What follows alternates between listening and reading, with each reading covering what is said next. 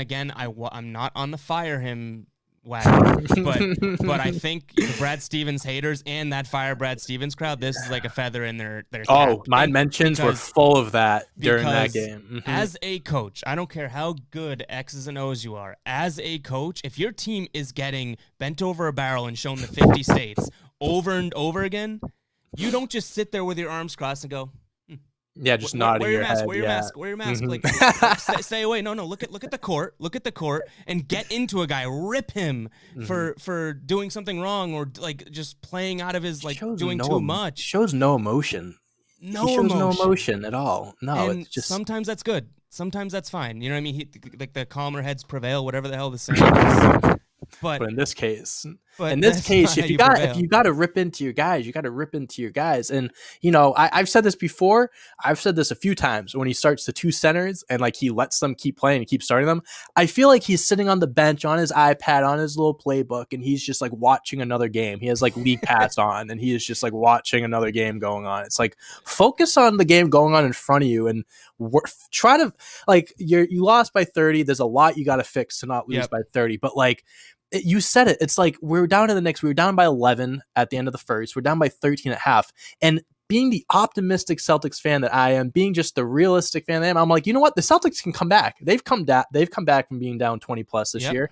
Like all they had to do was not be worse than how they were the quarter before. And I said at the beginning, it just kept getting worse. Like it just like I don't know what they were doing. It was such the worst basketball game I've ever seen. Honestly, in my opinion, it probably was the worst basketball game in recent memory. That's tough. I think even in games like what was it last year? They had that absolute collapse to the Nets. But that's like you're winning the game. Mm-hmm. You're winning. This was just from start to finish terrible. Yeah, it's not like we didn't have a chance. There was there was no point in the game where we had a chance. In the first quarter, the first 2 minutes of the game, Brad Stevens called a timeout. Which honestly, if we want to say something positive about Brad Stevens, there it is. He called a timeout when they started going on a run. Awesome. Come out of the timeout and it doesn't fix anything. I don't know if he said a single word. He was like, no. So they're down by 13 at half. We're going into the second half. It's like, okay, just go on an 8-0 run to start. You're within 5. You're within striking distance, and you can just erase what happened, and you can go through the rest of the game. The Knicks go on a 7-0 run, and Brad Stevens calls a timeout not even a minute into the quarter, and then again they come back out, and they just couldn't hit a shot. The Knicks were just like, thanks for the breather. We were literally going. just giving the Knicks just more time to breathe, more than it was us drawing up plays. Yep. And another thing I want to point out, and this is kind of going back to Kemba Walker and stuff. One thing, and Kemba Walker said after the game, he doesn't want this to happen, and I absolutely believe him. They cannot let Jaylen Brown take a back seat when Kemba Walker's back. Jason Tatum wasn't playing this game, okay? So in this case, I don't care if Kemba Walker's back. I don't care if Kemba Walker's been back for a week and he's not on a minutes restriction. Jaylen Brown is the show, okay? He's the show. To begin the game, he wasn't getting the ball. Corner threes or touching the ball. He was just sitting there, and if he got it, he would just shoot it. He had 11 of the first team's 17 points, and he hit 2 straight threes. He was like, at the beginning, if you had some faith that they were going to stay in it, it was because of Jaylen Brown, not because of anyone else. The first quarter, I was like, this is the only guy that showed up to play right now. He hit 3 threes in the first quarter, didn't hit any of the rest of the game. So, I mean, that just kind of just describes how the rest of the game went, right? Because by that time he wasn't in any sort of a rhythm. He had no like interest or involvement in the flow of the offense. Exactly. It's downhill from there. He had the most points. He had 25. He shot 9 for 20, 3 for 9 from 3. The statistics, he kept his averages up, which is awesome. But it's like you can't fail to mention that that's what was happening.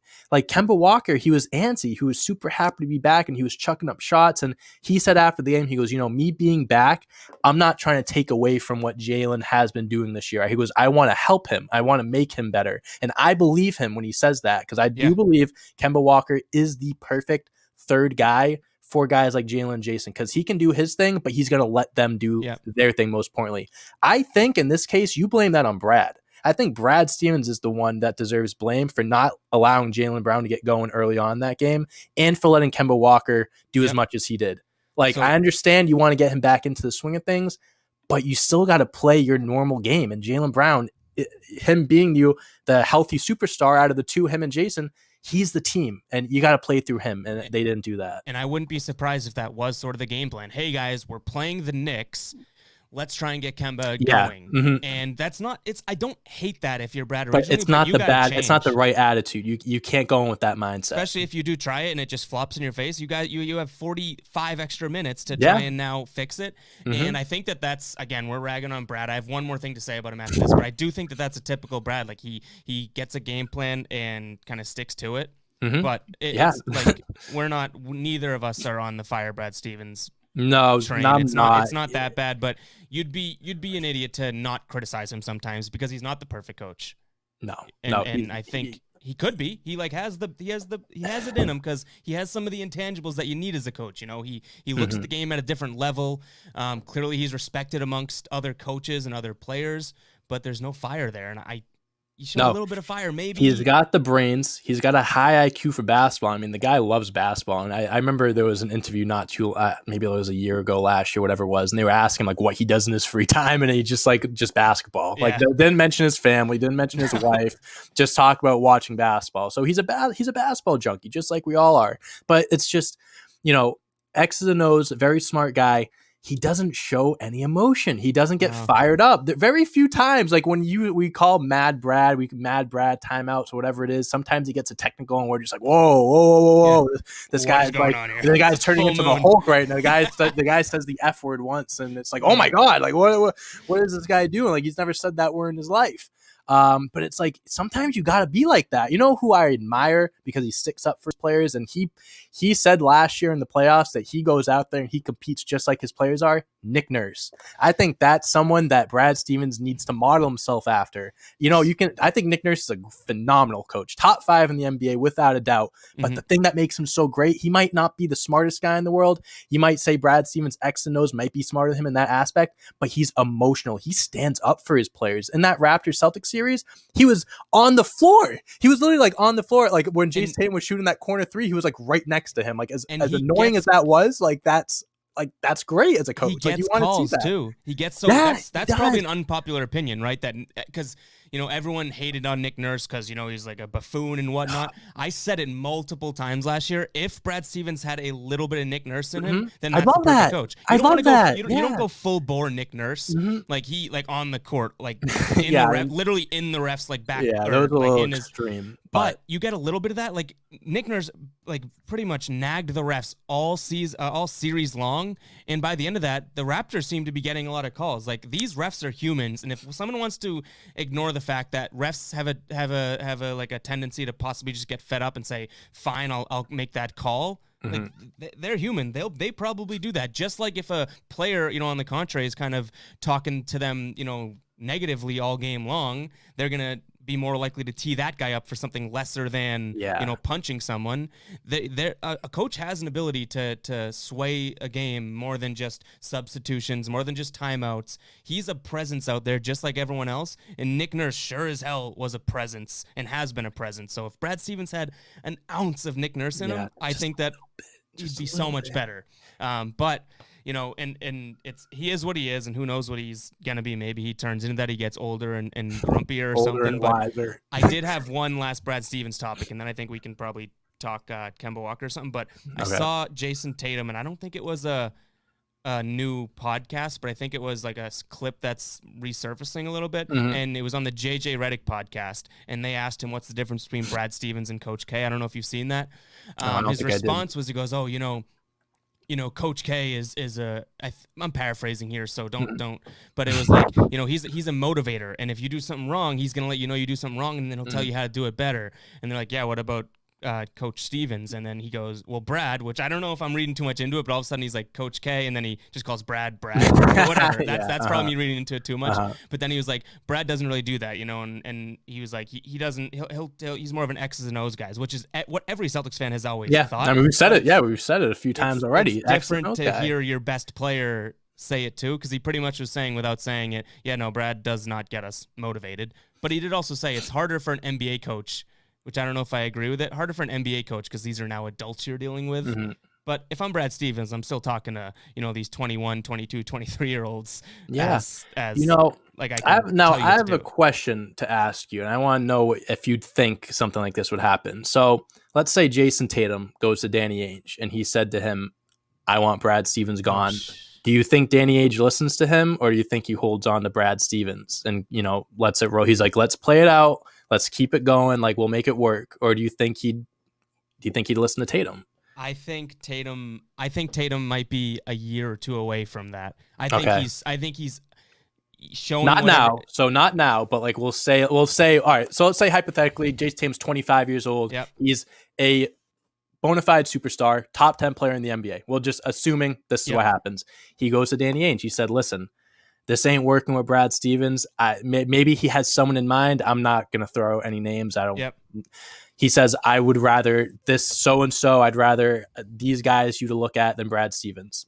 I think Danny Ainge listens to him. I think Danny Ainge, especially if he goes to other players and he asks them, and if there's even a few of them that agree with Tatum, I think that's the call you got to make. Tatum speaks to Ainge's legacy more than Brad Stevens does. If Tatum becomes a superstar, an all-time great, Danny Ainge drafted him. Danny Ainge got him to the Celtics, traded back to get him. Think about this. Would Celtics fans care more if Brad Stevens left or if Jason Tatum left? Yeah, that answers the question right there, I think. You know what I mean? It's like if you asked 100 Celtics fans, this is what's it? Family Feud. You ask 100 Celtics fans.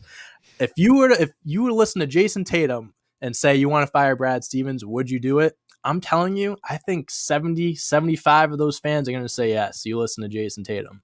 Yep. I think, and you gotta, like, the older grumpy people would be like, no, you stick with the coach. Yeah, I mean, listen, they know what they're doing too. They know what they're doing too. That sort of crowd knows that, like, they're trying to play up that, like, the coach knows best type of thing. So. Well, but, I mean, hopefully that doesn't happen. I mean, like, I'm just saying, hypothetically, I'm not saying I don't think that's going to happen. I'm not saying there is a problem between Brad Stevens and Jason Tatum. That's not what I'm saying. I'm just saying, hypothetically, if that were to happen, I think Danny Ainge, he has his hands tied and he's got to listen to his superstar. But hopefully that doesn't happen. Ahan's going to clip this right away. Ahan's going to clip it and he's say, like, Dante says Brad Stevens is going to get fired. Jason Tatum doesn't like Brad. Coming from me. Yeah. Oh, no. Hopefully that doesn't happen. But I do think that, like, that goes to show, because even a couple of years ago, that's not the case. I mean, listen, that's not like, would it be the most shocking thing in the world? I mean, we see that. I mean, more often than not, the last 10 years, how many coaches have we seen get fired because of a superstar saying they don't want them there? Yep. A handful of times. And honestly, it's a superstar driven league. We've seen with trades, signings, superstars get their way. You can say otherwise. I mean, look at James Harden. He was in Houston. They were just like, we're not going to trade him. We're going to hold on to him. We're not going to. He's on for 2 more years. And next thing you know, he gets traded to the team he wanted to go to all along. So that just tells you right there, superstars always get their way, no matter what. Yeah, but we just have to be patient hope that that's not the case, because so far so good. These two kids in Jalen and Jason are good apples or good eggs, whatever the hell to say. Yeah, they're good. So far. But so, and again, we gotta keep saying that, I'm not looking to fire Brad Stevens. No. Unless another option, like I don't think it's similar to, like, you don't.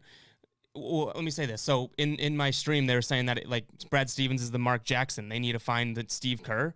And I was like, well, sure. He built the team. He, had them ready, but you also don't get rid of. I don't that's like. You don't. Interesting comparison. I never thought about that. You don't take the Warriors took the chance. The Warriors weren't. I don't think, in my opinion, weren't really as. They weren't solidified yet. Right. They weren't a championship team yet. The Celtics, you're pretty much taking that chance on a Steve Kerr. Yeah. But you could be tearing it all down. If the Warriors took a chance on Steve Kerr like they did and it didn't work out, it really didn't matter. Yeah, because they weren't. It's not like they were in the Western Conference Finals for 3 of the last 4 years, like the Celtics have been. And I think that's what makes you want to hold on to Brad Stevens and hope that 100%. We've made it that far the last 3 or 4 years with these guys being so young. Just see what he can do when these guys are they're not going to be in their. Jason and Jalen aren't going to be in their prime for another 3-4 years. So crazy. So and that's wild. Tatum's averaging 27 points a game when he's 22 years old. He's nowhere near his prime. So it's just let him coach these guys while they're on the up and up, while they're in their primes. and then I guess after that you make your judgment. I think that was a very interesting comparison. I never thought about that. I wish I can give the shout out to whoever commented in the stream, but it makes sense. It makes sense. I understand where that person was coming from. But there's some stipulations there that don't really line up.